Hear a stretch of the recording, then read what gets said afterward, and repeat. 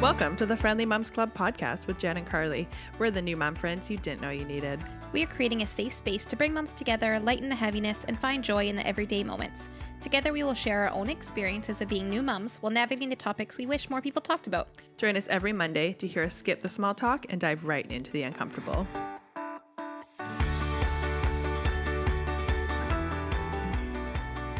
Happy Mom Day, Jen! Happy Mom Day, Karlee. Look, it's a beautiful day. I was going to say, sing it, No, that's it's you. a beautiful day! The sun is shining now. Yeah. It's so nice out. It's the same day that we recorded the last episode, but it was ugly, and now it's beautiful. I know, and now it looks so nice out. Oh, I haven't checked on my grass babies in a while. Now I'll never know. Because by the time we finish recording this, I'll forget. And then in a week, I'll be driving and be like, oh, my grass babies. Yeah. Yeah. Anyways, that's life. Yeah. Such is life. What do we want to catch up on today? I don't know. I don't know. My brain is not working. Remember, I told you have to treat me like a toddler today. Oh, because I'm good at that. My brain is just not firing on all cylinders. This pregnancy is just taking it out of you. Yeah. I am just pooped.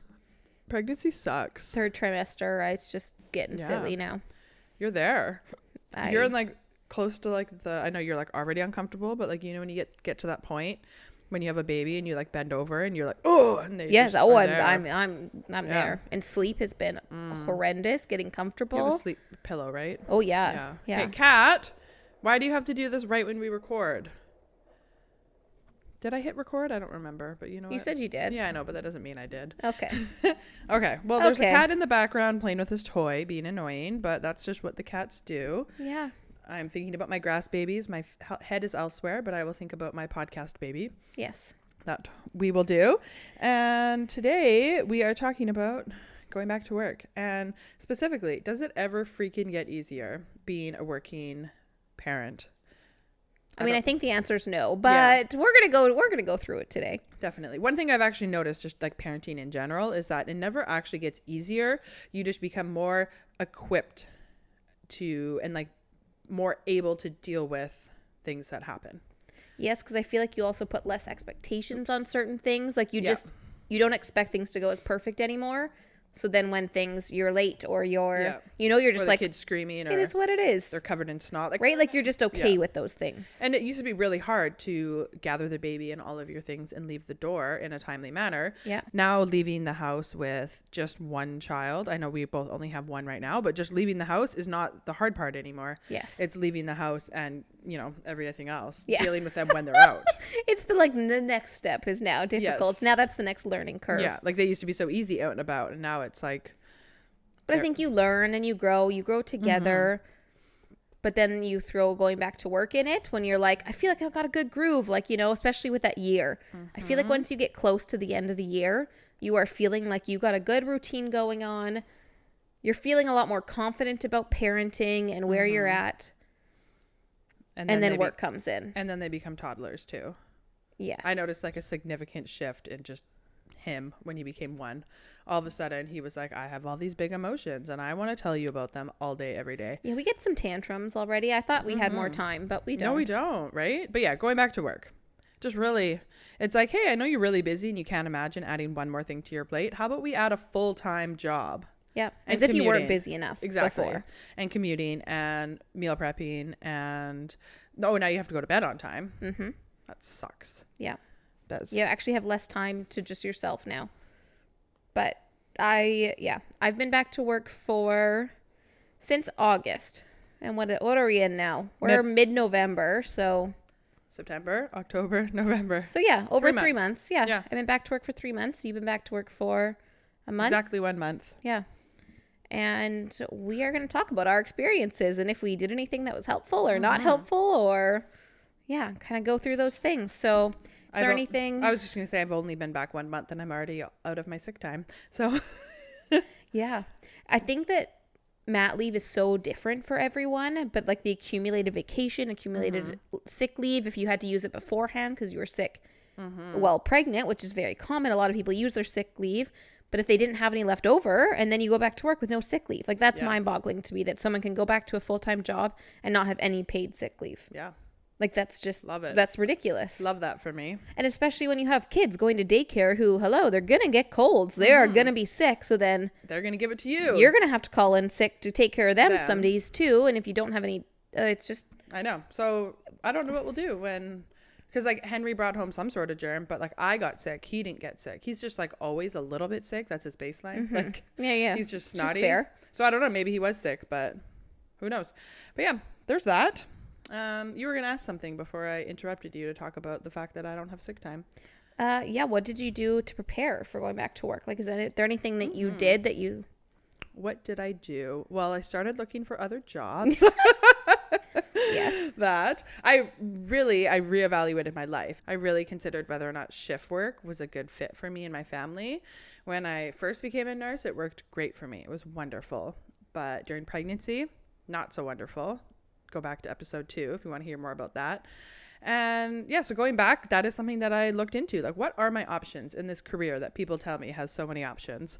I did decide. Endless opportunities. Yeah, endless opportunities, lateral mobility. Anyways, that I did for myself, like mentally preparing. I don't even know if I like mentally prepared. Well, I did my like normal therapy and counseling. This came up a lot in therapy about like, how am I going to manage like what's the word recall? If you've listened before, the load, exactly. The mental load, the physical load, everything, all of it. And so, yeah, my husband and I like made some game plans. We talked about how we would share responsibilities in the house and with childcare. Yeah, I don't know. These are all things that I did that I just assumed everybody does, but maybe not. I don't know. What did you do? I don't think we did anything crazy to prepare. We luckily had like a daycare spot set in stone, so I didn't have to stress about that. And I know a lot of moms going back to work, like especially just people we know, are also really stressing about getting daycare because it's so hard to find. It's so expensive, but finding a spot. And so I think when you're thinking about going back to work and you don't have childcare yet, that adds another element. Definitely. So for us, like we had it secured, so that was like a big weight off your shoulders. A big weight of my shoulders. But then I also thought I was going to have 18 months off, and then I got pregnant. Right. So then it was like a huge mental shift of like, I thought I was going to be home for like months and months more. And now I went back to work early because I needed to get all of my hours in so that I could take a mat leave again. So I feel like I was just so mentally prepared for so much more time before I had to think about it. And then all of a sudden we had to change gears and be like, okay, I'm going back to work. Like, what is this going to look like? Yeah, I just had to really change gears into being like, okay, I'm going to go back to work. How's this going to work? My husband was off work for an injury and basically didn't know when he was going to be coming back to work, but it could be any time. So we had to prepare for like all of the different scenarios. So, okay, so while I'm off work, who's going to be doing drop-offs, pickups? Okay, if you go back to work, who's going to be doing drop-offs and pickups? If you're, like we were trying to kind of prepare for all of the scenarios. And really that was just overwhelming because instead of just having a set schedule we had to deal with, it was thinking of all the different scenarios. And the what ifs, what could happen. And like, so it was just, I don't know. We tried to talk it out as best as we could. And I also talked about going back to work in therapy, but it was just such an unknown. I thought I was going to love going back to work. So I think I was so like, as much as it was going back earlier, I was like, no, but I love work. Like, it'll be fine. I think I went into it far too cocky and being like, I'm going to love being back at work and this is going to be great. And it did not go that way. It's interesting. We actually had completely opposite approaches. You were looking forward to going back to work, thinking you were going to enjoy it, where I was dreading every second, or any idea of going back to work was like, it sounded so dreadful for me. But now that I'm back to work, I'm like, hey, I actually kind of like this. Actually, I do. I enjoy it. Where you're like, get me out of here. Yeah. Now you couldn't pay me. Like, well, okay. If only they literally are paying me to still be there. But like, if only we could meet in the middle just a little bit. I know. I really just did not expect my experience to go like this. And I think that's good. Like, we're both coming from different point of views, right? Like, anyway. So what was your transition back to work? What did it look like? Like, what was the first week like? Well, it was just like you go back full time. Like, there's no gradual, you have gradual return to daycare for toddlers, gradual entry. That's the term. There's nothing like that going back to work for us. You just go back full time and they just expect like you just show up and you're going to be good to go. And for me, it was very unprepared. No one had told me when I'd be working, where exactly I was working. Like there was a lot of unknowns. And I had emailed them saying I was coming back early this date. Like they responded back K. And like it was just, my employer was very disorganized. And they didn't seem to give a crap that I was coming back to work. And so that was really hard when I'm like, I'd much rather be home with my child. But I'm coming back to work because, you know, that's what we have to do. Like, hello, can someone respond to me, answer questions, tell me what needs to be done? Someone make me feel like I am important and needed and valued and not But it wasn't. The whole first week, they like really didn't have anything for me because nothing was set up and like couldn't access our computers and logins. Like everything was expired and they were just not prepared to deal with that, even though they knew for months I was coming back. So it was such a gong show. Sounds like your work is run by a bunch of middle-aged white men. Good guess. So it was a long week, and I spent the whole week, every time I was at work, I would look at the camera to see Jordan at daycare because that was still a new transition, and we have this camera available, which we've talked about in the daycare episode about pros and cons of a camera. And let me tell you, this was a con because I kept looking at the camera, and every time I did, I'd get tears in my eyes. Not because she was playing. She was happy playing on the video, but it made me cry every time. And I was like, well, this isn't healthy. So the first week was just such a whirlwind. Like it just went all of a sudden working 40 hours. She was in daycare full time, and my emotions just couldn't handle it. And you also were working early shifts. Weren't you starting at like 7 a.m. or 7:30? 6:30. 6:30. Oh my goodness. Yeah. So with the commute and you're up early. Up really early. And then she was still waking up at night. Well, I mean, they're both still waking up at night I now. know, yeah. So then you have to add that into it. And yeah, that's a big change. Change. Yeah. I just found it was not a welcoming, like organized. I like things to be organized, and it was so unorganized that I was like, what am I doing? Like, this is just chaos. And it's not like you're expecting like a banner and like what are those dances when everyone starts dancing at the same time? I know what you're talking about, but I don't, like in the middle of, I don't know why you would expect that, but it's not like you were expecting that, whatever it is. I didn't expect a song and dance. No. But you didn't expect like a big grand welcome and banners and balloons and a cake, but it would be nice for like one person to acknowledge the fact that you were off work, you had a baby, and that now you were returning to the workforce as like a completely different person. Yes, but that's not recognized, especially just in our culture nowadays. Like it's getting better. We keep saying it's getting better, and there are small changes, which is great. But yeah, like everyone could care less that I had a child, and then I was going back pregnant. So then I think that just probably rubbed people the wrong way. They're like, great, now you're just coming back for a few months, you're going to be off again. Like, so no one really, I felt like there was just an overarching, like, we don't really care about you. You're just here to do here to do your hours and leave. Like, and okay, I'm generalizing this. There's some lovely people that I work with, and they were great, but just overall, this was my experience. So the first little bit was just hard. And then when you're going to work and it's so unorganized, I'm like, why am I doing this? Like, well, yeah, I need the money and I need the time to go on leave, but showing up to do essentially nothing of importance it's hard. So are you saying that an organized song and dance actually would have helped? No, I would have been so embarrassed. I would have hated that. Okay, now I need to know what that thing is called. Flash mob. Yes. There we go. We did it. We can cut all of that out. So you didn't expect a flash mob, but I think you deserved one. Yeah. So anyways, it was not a very good transition. It was not smooth. It was pretty rocky. And so my emotions were everywhere. There's a lot of tears. Yeah. And then you have to deal with like being tired when you get home or on your off days. And then you are like a subpar adult / mother to your child. And you're like, hey, well, I'm spending all of this energy at work. So you have to figure out that new balance. Oh, I found that so hard. I'm like, okay, I'm tired. I come home from work. I'm like, oh, my job isn't done. Like my next job is starting now, being a mother. My most important job. Yes, the most important job is starting, and I feel like crap now. Like I'm so tired from being gone I'm working 10-hour shifts. Like they're long shifts with commutes. I'm gone for a long time. So by the time I come home, I'm just spent. Exhausted, yeah. And then she just is so happy and wants me to be that like fun mom and do things with her. And I'm laying on the floor. Like, and it's hard because I look back and I'm like, is any of this, I was also very sick in pregnancy. Like, would it have been different if I wasn't pregnant? I don't know. I think it still would have been hard. I just wonder. Well, it's definitely harder being pregnant, doing anything. And there's more emotions. There's less energy. I don't know what it would have been like if I wasn't pregnant, but the pregnancy definitely added an extra layer, a crappy layer to it, where I was just exhausted and sick, and I just felt awful all the time. And it definitely makes it harder. But let me tell you, going back to work not pregnant, also poo poo. So what was your first week like? I don't know if I would have survived if I was pregnant going back into shift work.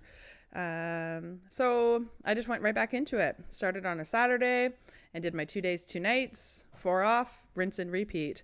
I did get 2 orientation shifts where I worked with a buddy nurse, which was great. But classic hospitals being short staffed, like literally an hour to my first shift, they're like, do you think you guys could like break relieve each other? Meaning like we would separate. And both me and my buddy nurse were both like, no, like absolutely not.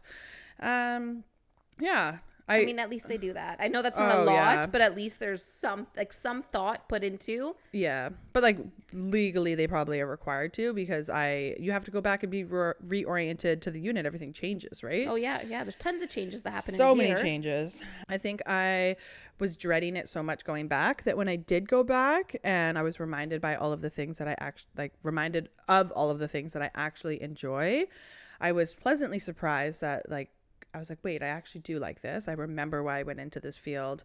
I got to meet so many lovely patients and just like bonding with them throughout their birth, and then like getting them to watch them have their babies. Like I realized how much I love that. Mm-hmm. But then, like Jen said, going home and being so exhausted and not being able to do anything, even on my days off, I was an absolute blob. And before I started work, I was like, on my off days, I'll keep Henry home. We'll get to do fun stuff together. I did that once, and it was like the worst day we had because I was so tired. He was miserable.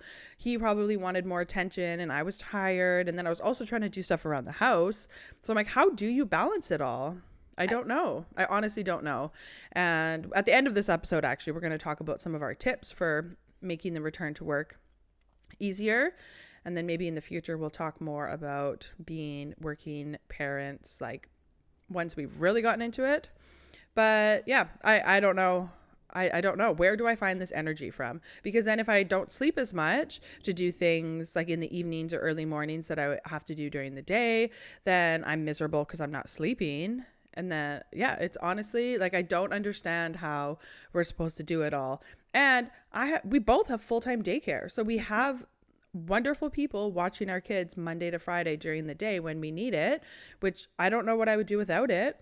But then at the same time, I'm like, I want to spend time with you. I want to be the one caring for you, but I can't work full time. And then on my days off, also work full time, endless hours.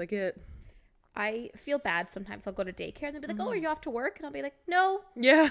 And then they've done nothing to make me think they're judging me, but I judge myself, and I'm like, of course, yeah, they're probably thinking, why am I dropping off my child if I'm not going to work right now? And like, but I just physically and emotionally, I just can't every day, especially when working full time. And like, they're just long shifts, long days. And then you're expected to just finish that and then be 100% on as a mom. Exactly. And it's like, well, where do you cut the corners? Because we still have to care for our children. Like, obviously, we heavily rely on Miss Rachel for little snippets in the morning and night. Yep. Like 10 minutes of Miss Rachel so that I can clean the kitchen and make a coffee and get everything packed and organized to go out the door.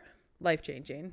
Honestly, for diaper changes, if you want to skip the screaming, Miss Rachel, doggy land, like, you got to do what you got to do. And there should be no shame and judgment if that's what you have to do when you're home with your child and you need to get stuff done. Like, I don't understand this whole mama shaming about you use TV. Like, exactly. I also find, like, when we first come home from daycare, having it on for 10 minutes so that I can get dinner started, because I find I can cook some things with him, but I can't, chop the onion and I can't chop the veggies, and it's really hard to get everything out and started. Or if it's something you're putting into the Instant Pot or the oven, 10 minutes of Miss Rachel or Doggyland so that I can get that stuff, and then he can come and cook with me, or I can come and play with him. It's life-changing. And it's, I like to tell myself it's like a nice decompression after daycare for him because it's so social, but I don't actually know if that's legit or... Well, they actually learn good things at Miss Rachel too. Like, Jordan's actually saying a bunch of words and like sounding things out now. Like, okay, saying a bunch of words for her age. Let's be clear. Not anything crazy, but I'm like, oh, like... Yeah, where'd you learn that? Like, I'm guessing that's where you're picking it up from. And she's sick, and let me tell you, she's watching a lot of Miss Rachel in the last few days because literally that's the only time she won't be screaming. Yeah. She is just so sick right now that's the only thing that we can do that somewhat calms her down. So you know what? If that keeps her still and keeps her laying in one place and not getting out of breath, like she was just, yeah. Anyways, maybe Miss Rachel needs to make like a sick day playlist, like where she talks about being sick and how like you should just lay there and relax. So I actually want Miss Rachel to make it available on Spotify so you can download just the audio so that I can put it on the car. Because sometimes if she's really cranky coming home from daycare and there's bad traffic, you could the odd play time YouTube we'll have an on accident. The car? Yes, but then my phone has to be open. And then so the video is actually playing on my phone in the car. And I think I could actually get a ticket for that. If you close it, it turns off? It turns off. Is that I think that's a setting in your phone. Oh, really? Yeah, because I can I can play YouTube on my phone. Yeah. And then I can close it and it keeps playing. We're going to have to do a little. Oh, because I'm like, why? I just want her audio available. Yeah. Huh. Okay, we tested it. Carly's phone you can, which is not an iPhone. So maybe it's a setting then. I think it's a setting. I think there's an option in the YouTube app. Okay, well, I still stand by that she should make Spotify I think so because too. Then you don't or have like to... audio files only because they don't always need to watch it and then they're not watching anything. They're just listening to her singing songs, how to enunciate. Like, I wonder. There's certain things that it would be very good to have just audio. So that's just a little side note about Miss Rachel. That's something me and my husband have been talking about. We're like, we just want audio. So what would you say was the biggest challenge? Like you're talking about coming home from work and then having to be a mom. Would you say that was the biggest challenge you experienced? Of biggest returning challenge, to work? you faced about returning to work? My biggest challenge definitely is still like finding a way to go to work and like do a good job because I don't want to go to work and just slack. Like that's not who I am as a person. You're also delivering babies. Yes, true. You don't have a job where you can slack. Like certain people can honestly go to work and just do sit hardly around. anything. Yeah. I mean, there are things I can do at work to slack. Like I cannot be helpful and help other people. I cannot clean up my mess. I cannot chart properly. Like those things. But again, that's just not who I am as a person. Yes. Right? But then also I am responsible for another human's life. So I can't just like go to work and sit in the corner. Yes. Is what you're saying. Yes. Which I agree. My work is very stressful and hands-on and intense.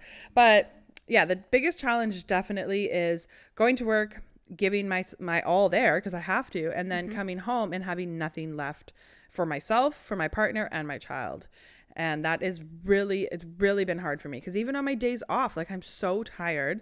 And usually on my days off, I would be doing things that like energize me. And yes, spending time with Henry is fun and wonderful, but it's also tiring. And it's very hard to find the energy to also be a mom when you don't have any energy in general. Yeah. Period. There's just none in your cup. Your cup is just empty. And yeah. So that's definitely been the hardest is like learning to find that balance. And when we talk about the tips later, I'll talk about ways that I've kind of been able to save a little bit of that energy so that I can put it towards family time. And a lot of it is also just like a perspective change, like reminding myself like this isn't forever. Like one day he's going to be in school and I guess he's in daycare now, but still it's going to be different. And we'll be able to do things together more where right now it's still me doing everything for him, you know? But what about you? What's been the hardest thing? Yeah, I think that, and then just kind of like to the next degree of that is if all I had to do was come home and be with her, I think I could find the energy for that. For me, it's the extra layer of like, okay, got to cook dinner. Oh, got to clean up for dinner. Okay, got to get the bath ready. Okay, did she have laundry I need to put away? Like, oh, I need to get ready for work the next day. Like, it's all of those other things on top of just being there that I'm like, I'm just tapped out. Yeah. So I'll come home and I'll lay on the ground. She loves to play independently or like come and sit on your lap and we play with the toy together. But as long as I'm there, she's quite happy with it. So that's good. Like I can do that. It's when that more needs to be done. Or if she's sick and then requires like more attention that like, then all of a sudden I'm like, nope. Yeah.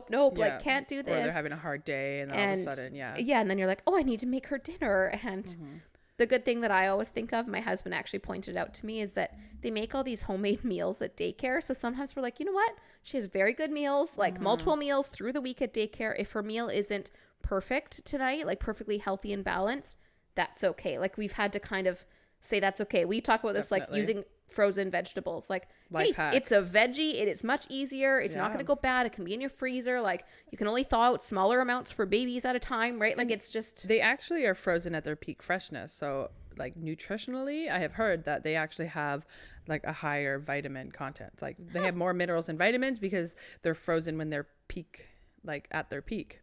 Like, regardless, it's just, if that makes your life easier and it's Love easier, them. like, do it. No, like, we are not here to judge you. I think that is a great mom hack. Frozen vegetables. We've been buying like the little chopped ones with like peas, carrots, yes, green beans, and I think there's like lima beans or something in there.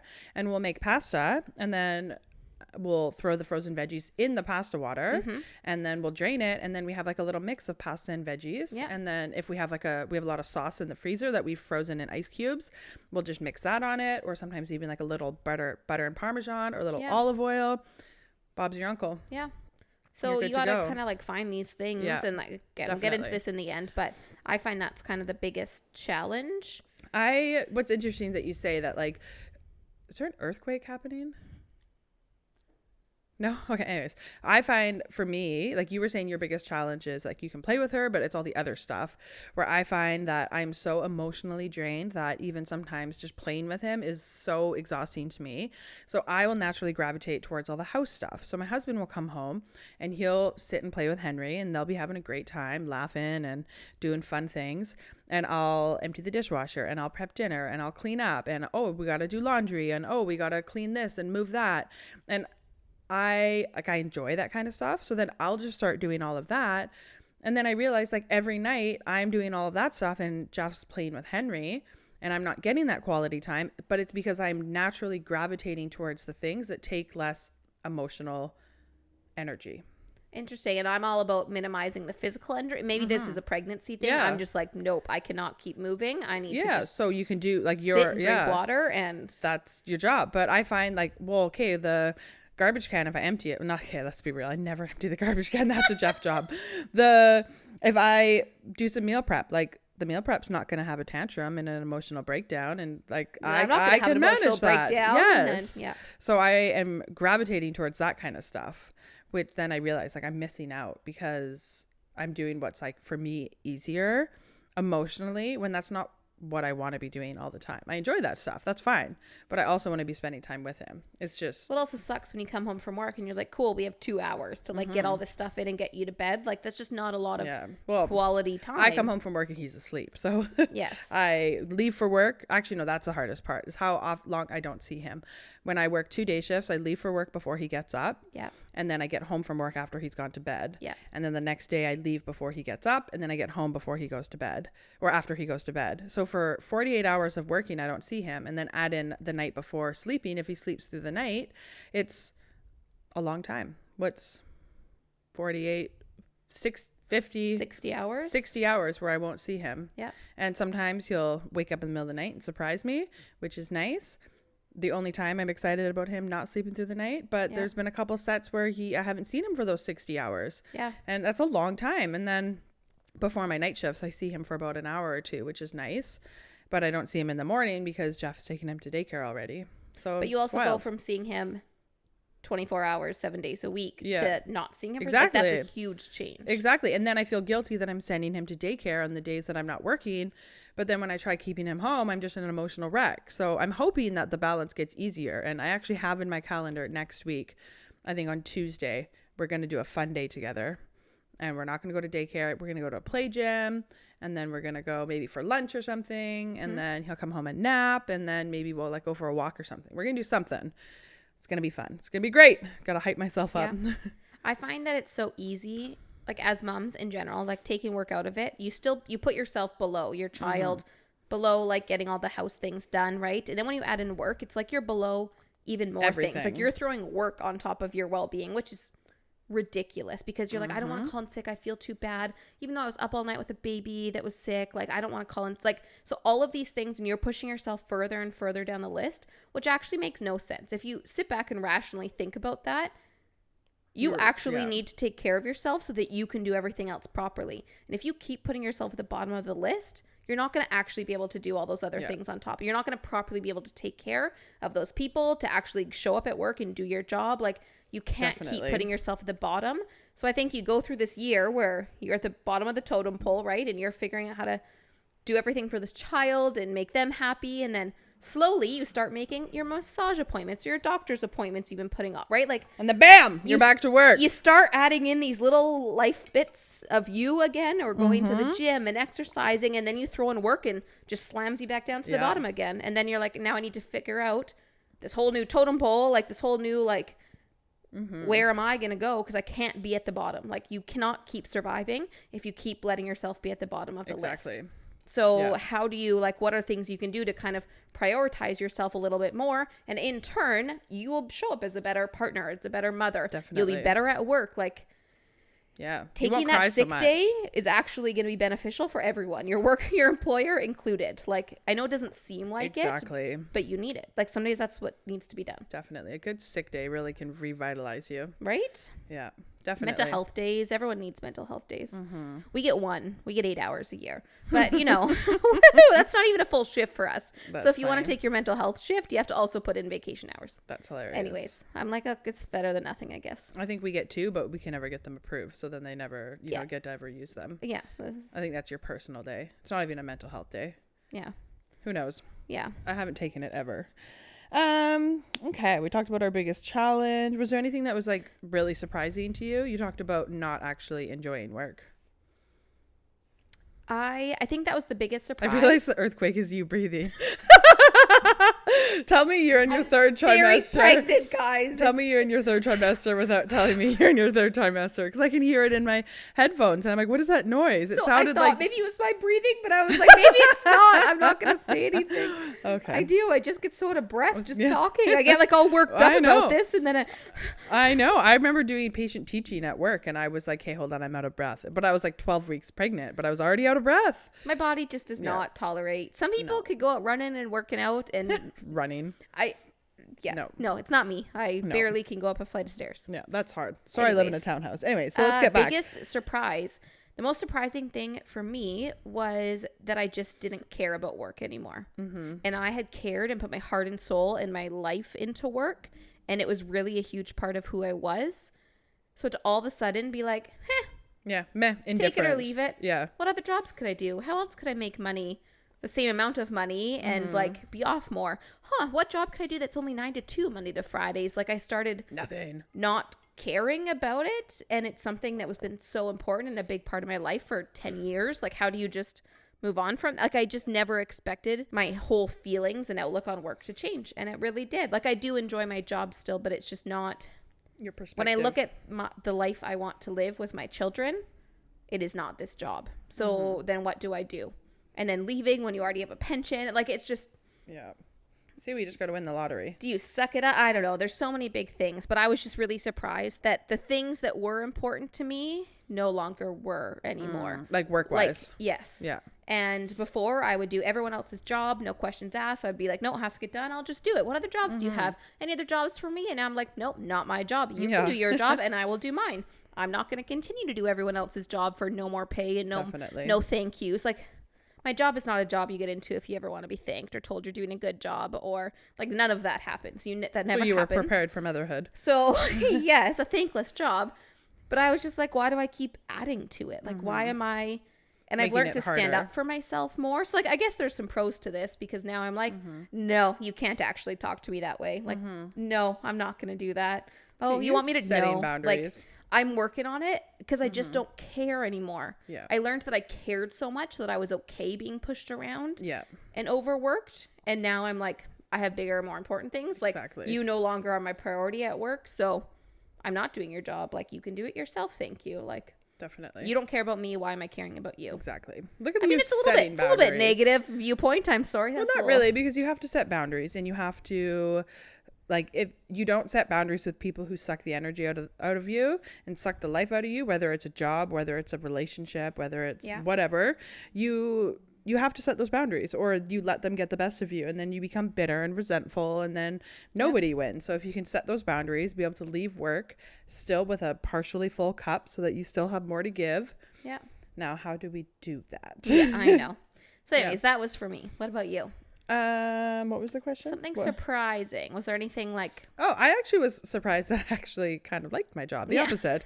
Like, I was surprised with how quickly everything came back to me. I was worried that being out of the hospital for a year, actually 14 months, that it was going to be really hard to get back into the swing of things. And for the first few days, I felt really rusty, but then it kind of all comes back. And I was surprised how quickly it came back. And I also felt surprised how... not competent, but But things that used to like really scare me, so like something with a really high risk patient or a preterm baby, like those things I used to always like hide from because they scared me. And now I'm like, well, hey, I birthed a human and then raised it for a year. Like that's hard.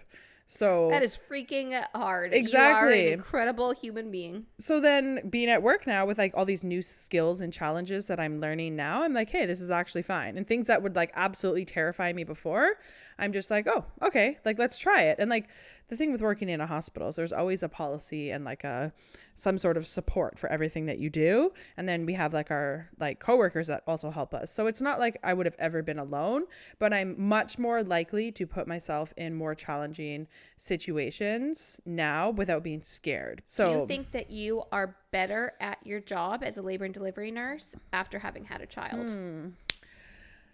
Yes and no. I think that I definitely have like a different level of compassion now that I've been through it. But then also at the same time, I've had so many close friends go through birth and struggle postpartum that I already kind of had that experience in my ear. I think overall, I'm just like more of I feel other people's feelings. Like I'm more of an empathetic person already.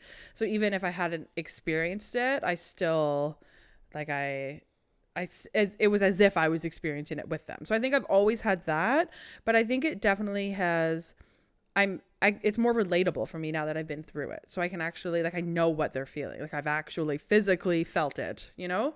So that is helpful.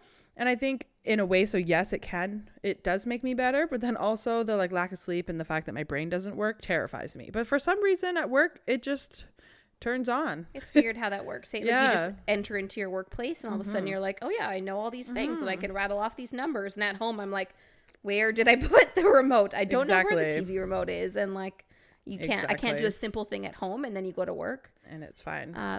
I wanted to mention too, like on the same thing, because this is something you have talked about, is that now that you've had a baby, and like I think not that you didn't know the importance of being someone's like part of their birth story before, but I know you've talked about now, all of a sudden you're putting so much pressure on yourself to like be a positive influence on someone's birth story. So do you think that changed post-birth? What Jen is saying is that I've told her that I carry the heaviness now that I am forever a part of somebody's birth story. So it's something I like thought of before, but I never really like internalized. And now that I just spent a year hearing everybody's horrible traumatic birth stories, I am realizing that what is just another day at work for me is somebody's story that they're going to carry with them forever. And like, of course I knew that before, but like I know it now.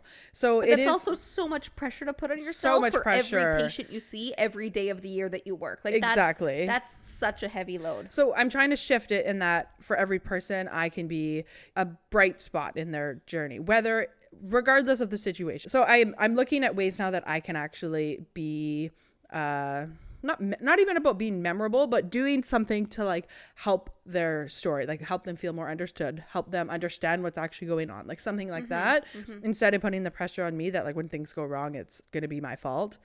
Because I can't control what happens if they walk in the door with a cord prolapse and need to be rushed to the OR. Like I can't control that, and that's fine. But just knowing that I do have the capacity to do something that they will remember forever, and that something can be a good thing. Like the whole like people won't remember what they say; they'll remember how you made them feel. Like the Maya Angelou quote, that. And I think that is like less heavy, knowing that I can like leave my mark in like a positive way, because when I think about the fact that like birth trauma is so prevalent, especially now in North America, because birth is becoming so medical, and that's not the way our bodies are meant to do. Like I just think about, because you've said this a couple times, and I've thought about it, and I mean, like, man, that's heavy. It's like, heavy. That and I said it to one of my coworkers, and she was like, oh man, I never even thought about that. And in my head, I'm like, well, that's how you've been able to do this for 25 years without the emotional burnout and the compassion fatigue. Because I do feel these things, and I think about my patients when they're at home and like now they're recovering, and I think like, man, like that sucked. Like whatever happened, that sucked. And there's so many reasons for birth trauma, and like a lot of it is our healthcare system and the way that we approach birth now, but a lot of it is also like birth prep and education, which also falls on the patient. So I remind myself that it's not my job to save everybody's birth, but it is something that I carry with me, especially when there's like a really yucky situation for whatever reason. When I leave, I'm just like, ugh. Yeah, I find it hard. Sometimes you set up walls at work to be able to get through the day. Like you have to not focus on certain parts of your job. I mean, on purpose, I don't get into details about my job, but there's parts of it that I have to like be very compartmentalized. And that's not the healthiest way of dealing with things, but it's the only way I can deal with it. It's how you get by. So then I find like I come home and I have this terrible thing in the back of my mind and I'm like, oh, I need to go be happy mom now. And like, I find that part also weird. Hard, yeah. When you're like, if you had a crappy day at work or you had to deal with something crappy, and then shifting that, you don't want to bring that energy home and like put it on your child. So I feel like there's also this pressure of like, okay, you have bad days at work and you might see some bad things or whatever, have to deal with bad things, but then you have to come through the door and like leave that behind. It can be hard. Is important. Yeah, some days is easier than others. Other days I can do it, and some days I just can't. And then some days you come home and you're like, I've given all of my mental energy there, and you come home and you're like, I have nothing left. Like I'm so burnt out. But that's when communication with your partner, and hopefully they didn't have that day, and they can actually step up, right? Like that's when having actually a good supportive partner that you can talk to makes such a big difference. Or other resources. So speaking of that, what resources or supports have you used since going back to work? Is there anything that stands out to you? So daycare, we both have full-time daycare, bless them. My partner has been like huge, and like we just he babysits. He babysits all the time, guys. Kidding. No, it's just we have very good communication about like who's dropping off, picking up, like we're pretty good at like really sharing the load that way. And me being pregnant, like being so pregnant now, like he does all of the bath time and stuff, because bending over a bathtub is really terrible when you're this pregnant. And, you know, like, so he's really picked up a lot of slack, but it's been a very good, I guess, slack, like not even slack. He's just doing his part of parenting and doing a little bit more right now that I can't do. But we also, like, I'll look for things if daycare's closed and I'm working. I know this is what you guys do on weekends too if you're working. And like we look up what could they do, like what are fun events going on that maybe to get them out of the house. So like oh, there's these open gyms that, you know, are only $3 to drop in, and it's a whole gym. They're inside, it's an enclosed space, it's safe, it's, you know, something to get them out of the house, because when you're just at home all day, it's a long day. You go a little stir crazy. So we used a lot of like community drop-in programs in the pool and the library, just as like ways to something to do something. And like the library class, like they entertain like we just have to kind of sit there and be there, but then they're the ones kind of like leading it. So you get a little bit of a break. And some days that's just nice. When we have days off, we're like, okay, let's do this. Definitely. And then my family all lives here, so I'm just really lucky that they babysat the other night and put Jordan to bed for us. And it's happened once, like in the last months. Yeah. Not from them not offering, but from us just being not, I don't know, mentally in a place where we wanted to go out and felt like we even could and leave Jordan in her sleep, and we did, and it was wonderful. And I'm like, why haven't we taken advantage of my sister offering to babysit all of the time? Like, I think about that all the time for myself. Right? And like my parents live in the same house, like they live in a suite, but they are there, so why aren't we utilizing them more? Like, so I have some supports that I've just underutilized that I should use, but yeah, mostly just daycare, like community programs, things that are like free happening on weekends, like Halloween events. And like, if you look for like themed stuff you can go and do that are different experiences for them to see, to explore, like bless community centers. Now that she walks, like on rainy days, we've gone to like indoor walking tracks in some of the rec centers, because she needs to move and walk. So if it's pouring rain outside, we're like, how can she expend some energy? We'll go to the track, we'll bring some balls or toys, and she'll run around the track,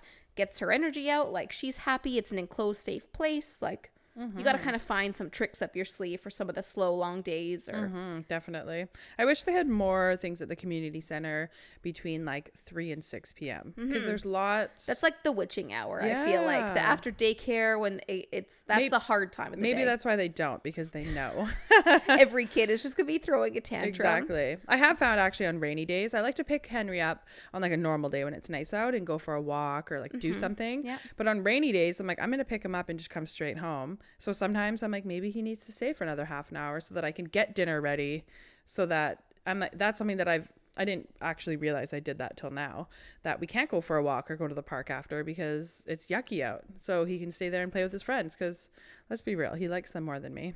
I know. We try to go outside because they go outside at like 4-ish every day, but we normally end up picking Jordan up right before then. And so she doesn't get her like second outdoor time. So every time I'm like, no, we should go home, do something nice outside. Like we should actually get some more fresh air before dinner. And that's something that we like have pushed ourselves to actually do, even if it's only in the backyard. And we're running around. We got her off Marketplace, like an outdoor slide and an outdoor car. So she has outdoor toys that can be out there in the rain. And we've just tried to like encourage, because then we get fresh air, and it's also good for us to get outside better. And it's a different, you know, when you're just in the same four walls of your house where you just go a little stir crazy, even just going in the backyard, I'm like, oh, this is actually nice. Definitely. Like, so change of scenery can definitely help, and I think those hours are the hardest hours of the day. So if you can go outside and but I need like a drop-in where I can just, I know that would be but nice. Like the community ones, you stay and play with them, but they're like 12 to 2 in the afternoon. I'm like, isn't every child napping at that time? Most older child, yeah, like if they are big enough to move. What other resources? Anyways, what else do you think? I think the main thing is just not just telling my husband about the drop-ins, but actually scheduling it and being like, hey, you are going to the community center this day at this time, because he loves it when he goes, but he wouldn't be sitting there Googling at what's up in the community these days. So I have to like tell him, okay, you're going to this one at 9 to 11 on Sunday. And then he knows and he goes. And then daycare. And then, obviously same as Jen, like utilizing family that are willing and able to babysit. That it's always hard. It's just hard to ask for help. It's hard to, then you feel like, okay, well, why can't I do this? Other people have no help and they have no family and no daycare, yet they all still work and figure it out. But maybe those people just aren't happy, because you know what? You don't, that's like in my mind, I grapple with that like I should be able to do this, but like, no, I shouldn't. Like, I got to stop shitting on myself. But the pressures that we put on ourselves as parents is absolutely unreal. Yeah, they're like, it's unparalleled. It's unrealistic. It is. Yeah, I actually made a reel about that the other day, because like most of the time, the thing when I'm upset about not being able to do everything that like I feel like I'm supposed to do, it's things that I'm telling myself I have to do, not actually things that other people are telling me I have to do. And like, sure, yes, like there's like the messaging and social media and like the societal norms of like what moms and parents are supposed to do, but a lot of it is stuff that I'm actually putting on myself. Yep.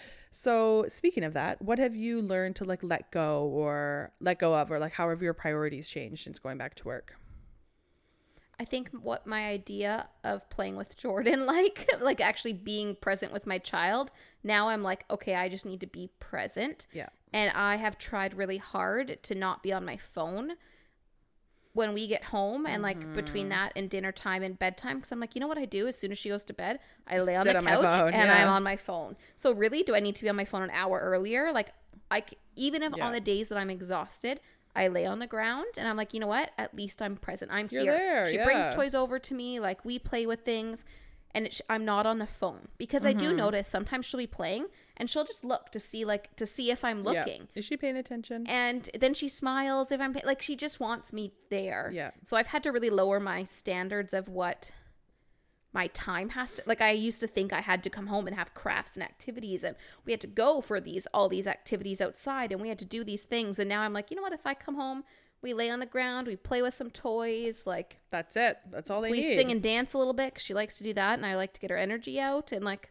I like to do that too. Like, that's okay. Definitely. And that was very hard to let go of. And it's not just okay. Though. Like, that is good enough. Like, that is all you need to do. But, you know, it's hard. Like, you think you need to come home and, like, do all these extravagant things with them. And, like, so I think that, like, I had to let go of a lot of, like, the big homemade dinners. Like, yeah, sometimes it is not a big homemade dinner. Literally noodles and frozen veggies with butter and Parmesan. And we bought frozen pizzas the other day. It's a hit. A dairy-free frozen pizza, which wasn't as cheap as you'd think. Well, you'd think it was expensive, and it was. Yeah. And she didn't love it, but she ate some of it. Oh, but it was the capacity for the day. We're like, it's still a meal. Yeah. Like, we're still feeding her. She had good stuff at daycare. Like, I mean, she just needs to be fed. She's gonna, But it was, I think, letting go of the expectations was kind of the biggest things that I've had to shift. Very now hard. Going back to work is just changing, like, what the second best parenting idea that we've talked about before, like, good enough. What I used to think I had to do, like, what actually is good, like, what can I do that she will still be happy and, like, playful, and really all they want is somebody there, not on their phone, paying attention to them.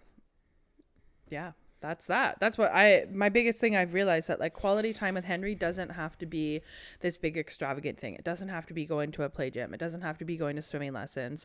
It's great if I have the capacity and energy to do those things, but it doesn't have to be that.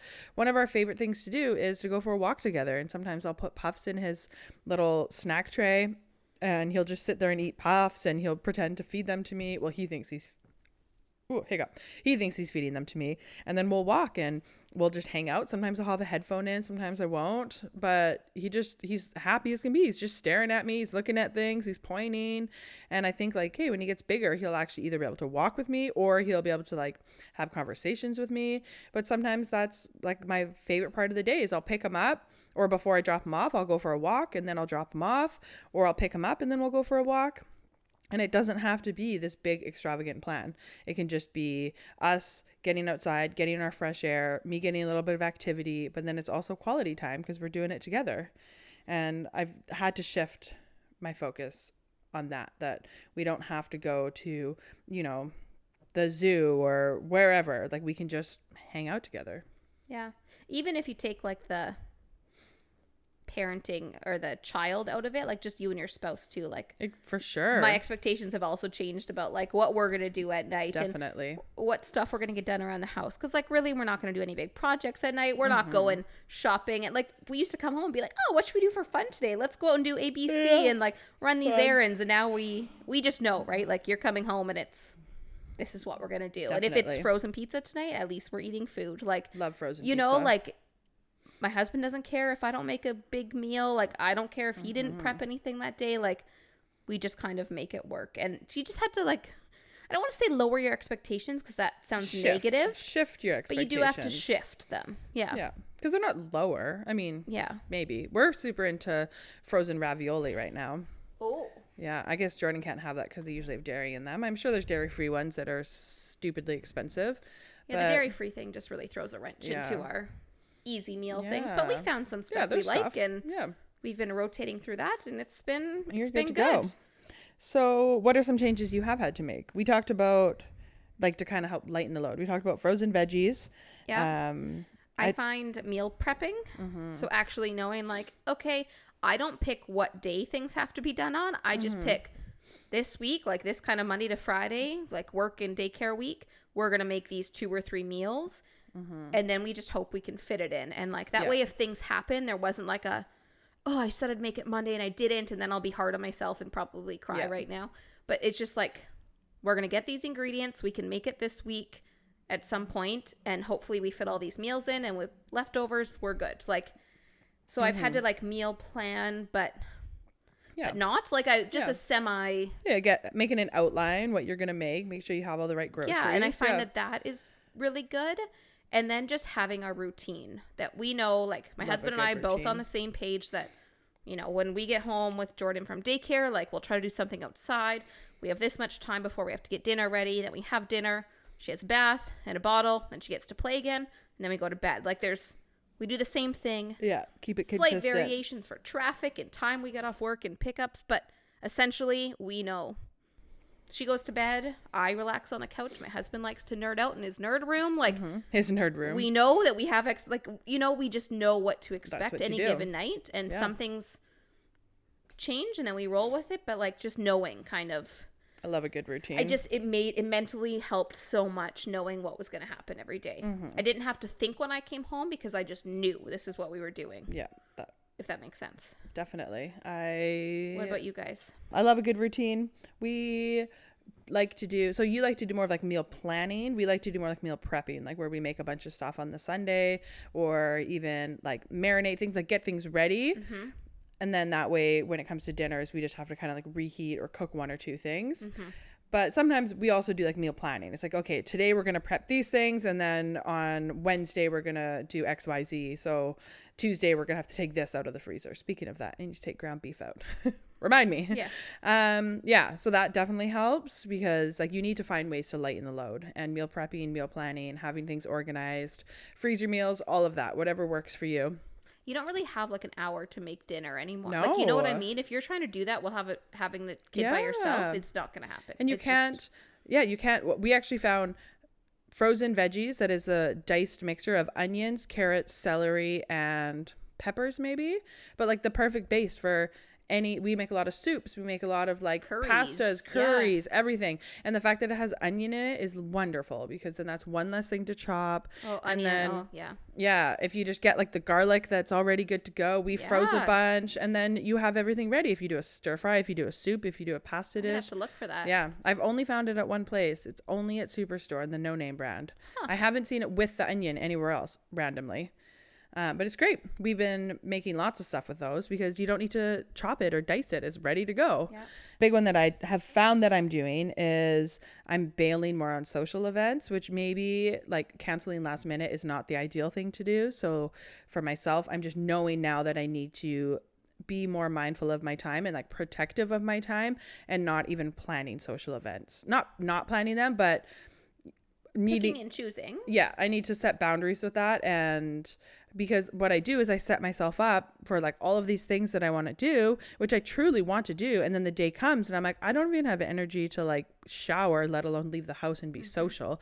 And everybody thinks that I'm an extrovert because I'm outgoing, but I'm actually not. I'm like a hardcore introvert where I need alone time to rest and recover and recharge. So like me being alone is how I recharge. I'm not a recharge in group kind of thing.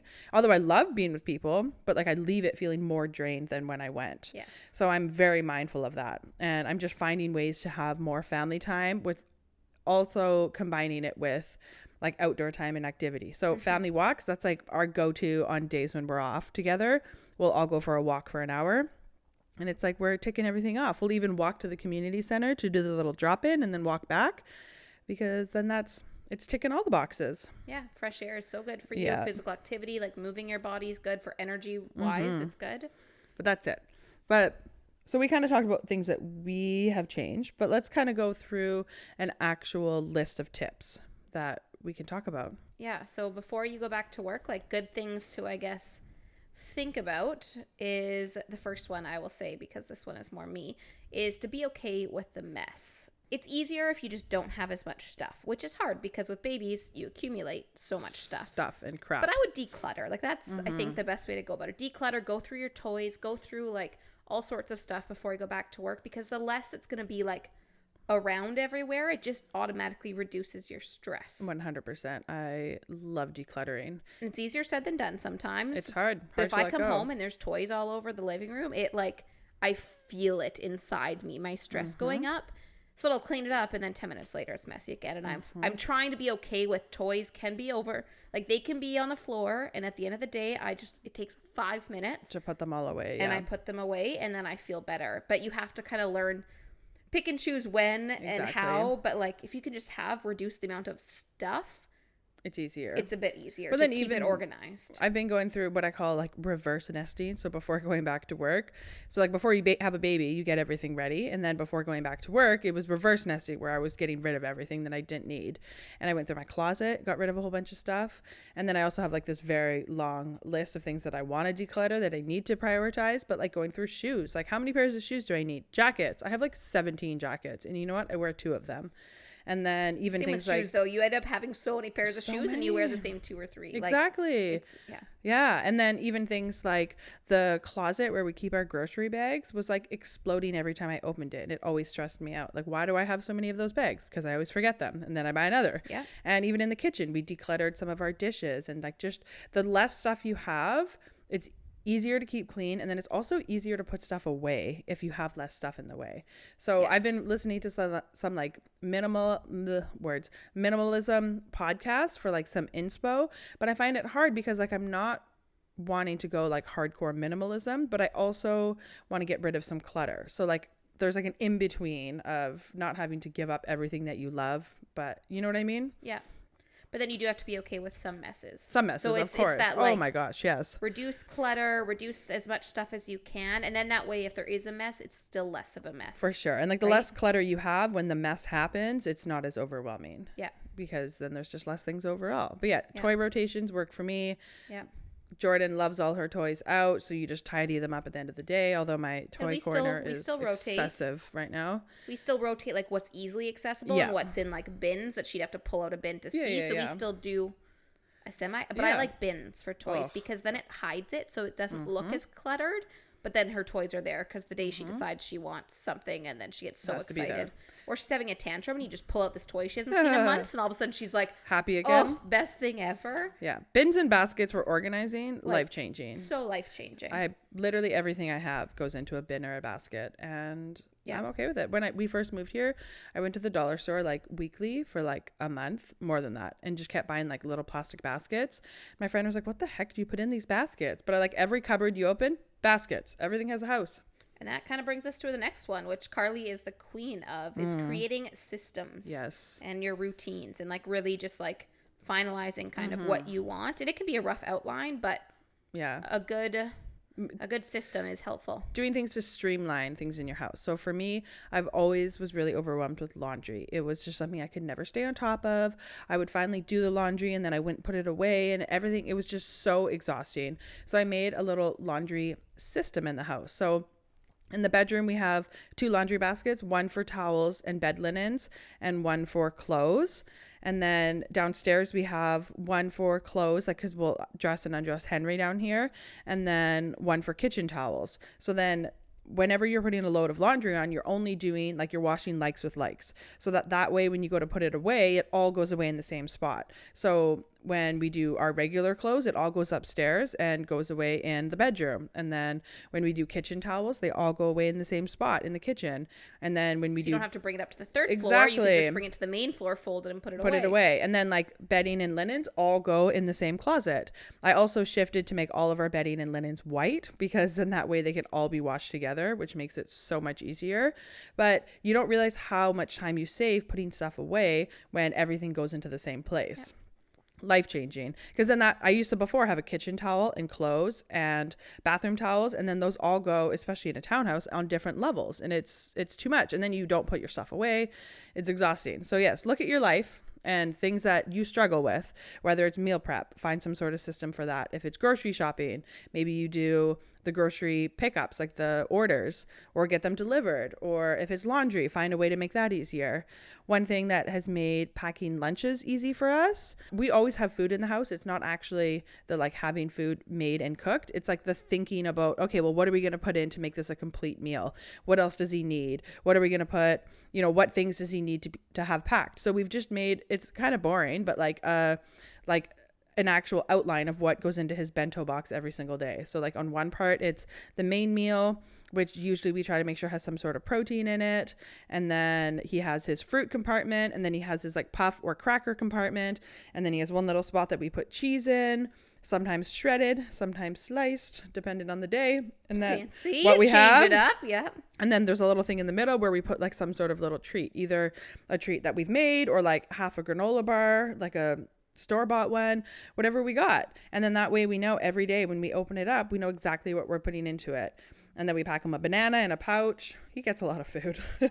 But I like that because at the end of the day, you're not like, oh, he's finally in bed. Oh, now we have to pack his lunch. You go downstairs, you do what you've been doing for weeks now. Exactly. And like in the main part, we try to give just leftovers of whatever we ate. Yeah. But if it's not something that won't be good, if it's not heated up or something that he likes plain food at daycare. So then that's where the pasta with the frozen veggies and sometimes like a little bit of egg, or if we have a little bit of meat from our dinner, or even just cheese and butter, call it a day. Yep.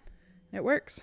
That's ours. Yeah. Systems. Oh, and I even have like a little like daycare clothes basket downstairs, which has been life-changing because even if everything is on the same floor, there's not having to go back into the bedroom because then they get distracted or excited or whatever. So I may have a little plastic basket, got it from the dollar store, and before the week, it's actually when I'm putting the laundry away, I don't even put it away. I just take the pants. I just started doing this. It's been like 3 weeks-ish. Life-changing. The pants, shirts, and socks, and I roll it up into a bundle, and then I leave it on the main floor next to a thing of diapers, so that in the morning after he eats, we take his sleeper off, and then we get him dressed, and then this way, and then I also have added some sweaters too, because we've been putting sweaters on him. And then this way we don't have to think. And then also, like, my husband doesn't know like what is approved for daycare and what is not, because he, like, I have a drawer upstairs where I'm like, this is a clothes I dress him in because it's like the cute clothes that I don't want going to daycare, because if he always comes home covered in paint.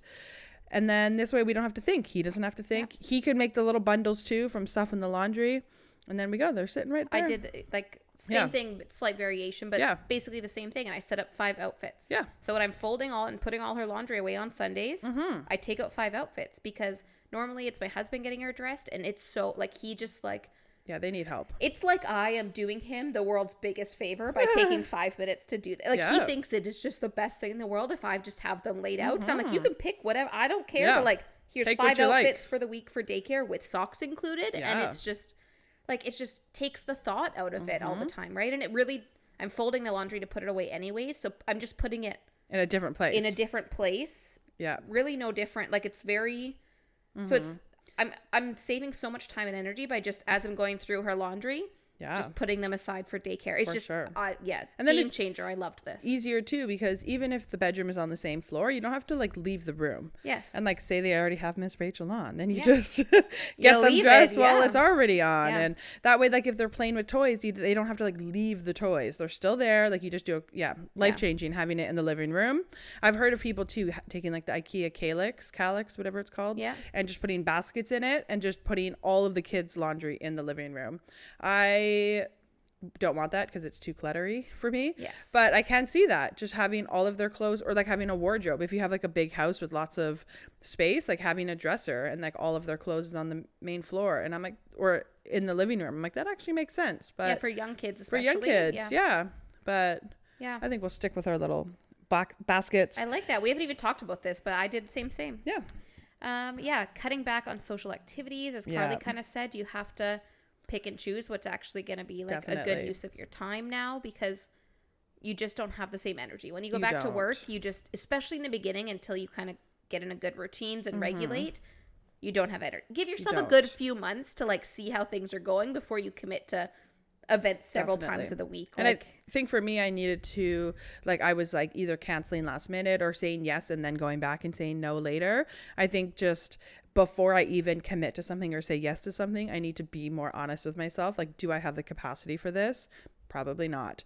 And then like, maybe I need to make more plans last minute, but I can't be committing to things and then bailing on them like I was, because that sucks for everybody involved. Then I feel guilty. They're probably sad. So just knowing before you even make the plans, like, nope, not making any social plans for this weekend because whatever reason. Yeah. And helps. I always I struggle with this because I feel like a bad friend if I'm not seeing certain friends, and like, but really I'm like, I'm not seeing anyone. It's not that I'm not seeing you. I'm not seeing any friends right now because I'm treading water. Like I'm barely making it through every day just at home with my family. Like it's nothing against, it's not them. But I'm like, you know what? True friends, they do understand that. Like they do understand if we don't hang out for a few months. It's nothing against them. It's just that life is hard. Life is hard. And it's not our time to be. So really, and true friends will understand that. So if you have to say no to some things, especially in the beginning, to get your new norm and find out what your new routines are going to be like, your new energy levels, where you're going to fit things in, and then you can start adding in for sure social activities when you know that you can actually do it. Definitely. And it's hard because maybe every year you go and do, the Christmas trains with this friend, or you go and see this movie with that friend. Like you have like something you do every year or something you do often. And maybe it's just the year that you aren't able to do that. And that sucks but it's the truth. Your life has changed, right? Yeah. Things are different now. Life has changed in a big way. Yeah. And then this is kind of on the same point, but setting boundaries. So either with work, like Jen was talking about earlier, or setting boundaries in certain relationships, or with friends, or just with yourself or with your spouse. So like something that we've talked a lot about in our house is like boundaries around cell phones and like a digital detox. And we've been trying to get better at not having our phones with us during dinner or the bedtime routine, because we don't need it. Because the second he goes to bed, we both sit for like 20 minutes and do the doom scroll. Exactly. And I've started plugging my phone in across the room so that I'm not looking at my phone in bed, because I'll just start scrolling and stressing about everything for no reason. So we're trying to make more boundaries with that. And like, just like Jen said, like our friends are going to be there, and it's okay to tell them that we can't do something. If they're like, hey, we're moving, I can barely wipe my own butt right now. Like that's exhausting. So yeah, although nobody's asking me to help them move right now because they know. We talked about menu planning. Oh, and then the last one, just go to bed. Actually go to bed. Not go to bed and be on your phone for Exactly. hours. It is shocking how much a good sleep can kind of change your day and you suddenly have the capacity to do all of these other things when you are well rested. But it's hard because you do that like thing at the end of the night where you didn't get any time to yourself. So you think, okay, now's the time for me to get time for myself. And it's almost like you're like, you don't want to give it up. Yeah. I don't want to say that the time is done now, that I have to go to bed and like my alone time's done. But so through a lot of like my trauma and PTSD and like sleep has been something I struggle with. So I've done a lot of like sleep research and talk with my therapist about it. And like the biggest thing about sleep is having routines and sticking to them. So it's not as much about getting X amount of hours of sleep. It's about doing the same things every night. And so if you can go to bed at the same time every night, like actually have a bedtime routine and a cutoff time. Like say, okay, 9 p.m. every night, I'm actually gonna be off my phone and I'm gonna start brushing my teeth and getting into bed or reading a book or whatever your like nighttime routine is. But pick a time, like a good cutoff time where you're like, okay, now is actually when I need to go to bed. Like that's the most important factor for good sleep routine and actually getting sleep is doing the same things every time and going to bed at the same time. So that would be my advice on the bed thing. Definitely. You can be like me and set alarms that like, okay, TV has to go off. Okay, phone has to go away. Okay, time to shower. And then I just ignore all of them. But they're there. Yeah. But I got to go to bed one and now it gets one too. Yeah. And then we're like, oh yeah, our phone is telling us to go to bed. And then you press ignore and continue on. But anyways, there's these little things that you can do to just help set yourself up for a little bit more success. Yeah. But as we said, it's only to help make it easier. It does not make it easy. We are not saying never that gonna this is solve going to it. be an easy transition like daycare. It's not an easy transition. It's just how hard is it going to be? Like what things can you do to not even cut corners, but what things can you do to kind of prepare yourself for a bit more success, a little bit more of an ease into the transition. Definitely. But it is hard. It's very hard. And I think we also make it harder on ourselves because of our expectations. But that's for another day. And you know what? If you don't like your job anymore after you go back, that's okay. That's okay. I feel you, and that's okay. Yeah. If you want to do a life shift, like your life has changed tremendously. It is okay if you no longer like your job or your priorities at work have changed. Like it's okay if you no longer want to be, you know, grinding all day and doing every single thing for your job. Like it's okay if your you know, values change, and to just try to grow with it and find what makes you truly happy, like what you want out of life and your family life to look like, and then kind of let that guide you from there. And it's also okay if you're able to, that you don't go back to work. Like you don't have to go back to work just because maternity leave ends. That is just kind of like, for us, it's just what we have to do financially to be able to live the lives we want to live, our very fancy lifestyles. Oh, yes. But if you're in a position where you don't have to go back to work and you could make it work, like you don't have to. By all means. Yeah, you do you. Some personalities are also just better suited for that. Yeah. I mean, Karlee and I both joke that like our husbands would be the best stay-at-home parents. Like just one day they will be. The way we just all are, their personalities are much better suited to be stay-at-home parents than ours are. 100%. So it's just kind of funny, right? Like some mums, I'm like, you just look like you embody this stay-at-home mom and that you could thrive off of that and you could homeschool and be amazing. And I'm like, I'd be a disaster trying to homeschool. Like it just would not be good. That was the one thing I learned. Like going back to work, 100% solidified that I'm not meant to be a stay-at-home mom. And I'm okay with it. Because work is I'm good. okay with that. It's okay to not like it. It's okay to like it. Yeah. That's where we'll end it for today. Yeah. Thank you for listening, and we will see you next week. Happy Mom Day. Happy Mom Day.